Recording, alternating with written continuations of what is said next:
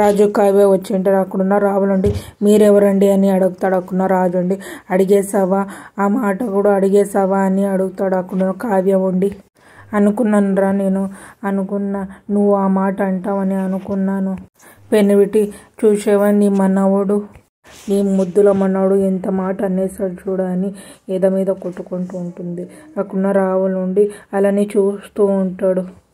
రావుల వాళ్ళు కూడా చూస్తూ ఉంటుంది. అక్కడున్న ఫ్రెండ్కి అడుగుతూ ఉంటుంది, నాకు తెలీదు అని చెప్తుంటాడు. అక్కడున్న రాజుండి ఏ రామ్, ఓ గాడ్, ఇంతకంత అవమానం ఉంటుందా, ఇంకా మేము బతకగలమా, అయ్యో రామా అని తలకాయ పట్టుకుంటాడు రాజు. అక్కడున్న రావులుండి అయ్యో ఏమండి, నేను ఎవరో అడగడం తప్ప అని అడుగుతూ ఉంటాడు. ఆ మాటకి రాజుండి ఏమంటివి మేము ఎవరో అని అడుగుతీవి, మనోడు పరీక్ష అని, మనసుకి పరీక్ష కాదే మనకే పరీక్ష కాకూడదు అని అనుకుంటుంటారు. అక్కడున్న కాయగా ఉండి గిల్లి పెడుతుంది. అక్కడున్న రాజుండి ఒక్కసారిగా అని అనుకుంటుంటాడు.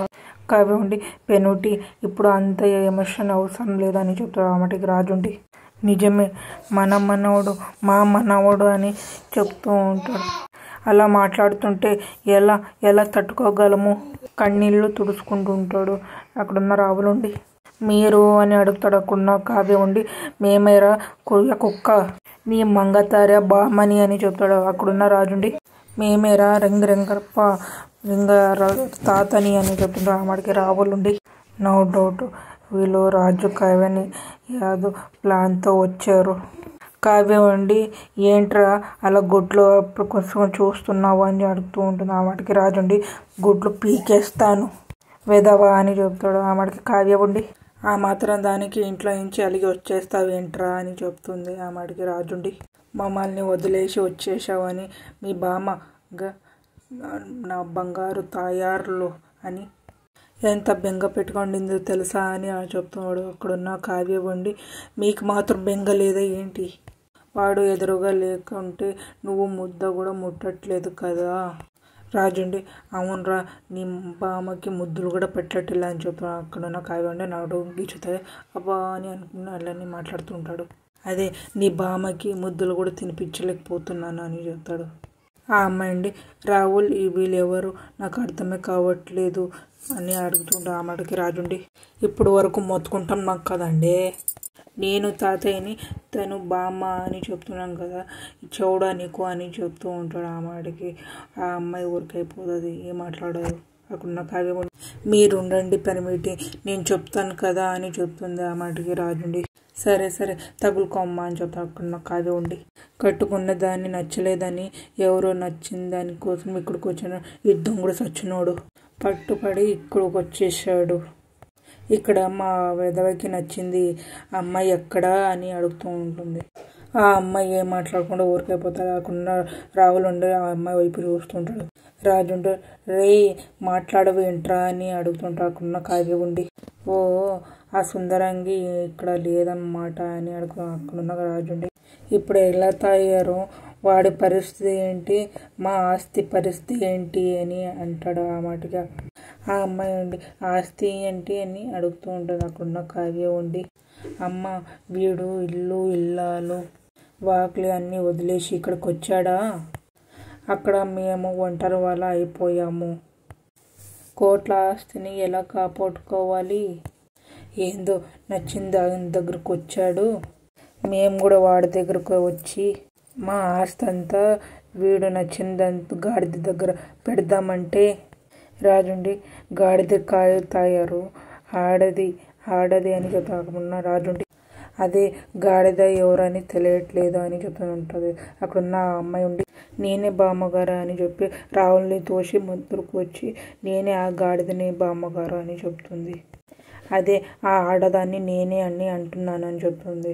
అక్కడున్న కావ్య ఉండి నువ్వేనా ఆ శకినివి అని అడుగుతుంది. నువ్వేనా ఆ లంకినివి అని అడుగుతాడు. కావ్య ఉండి బాగుంది కదా పెన్నోటి అని అడుగుతూ ఉంటుంది. అక్కడున్న రాజు అని అంటాడు.